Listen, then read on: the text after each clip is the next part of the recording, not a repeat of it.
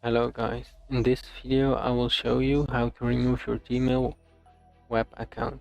First of all, you have to go to the web browser, then you type in gmail.com, and then you go to the top right and press your icon, then press manage your Google account, then you go to data and privacy, then you scroll down.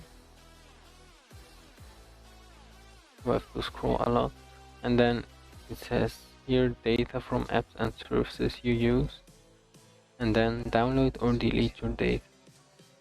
Then you press delete a Google service,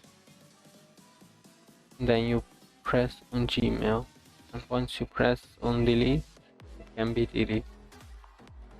If you want to remove your old Google account, you can scroll down and press delete your Google account, and then it will delete all content, and you have to press this and press delete. Thank you for watching guys, I hope you have a nice day.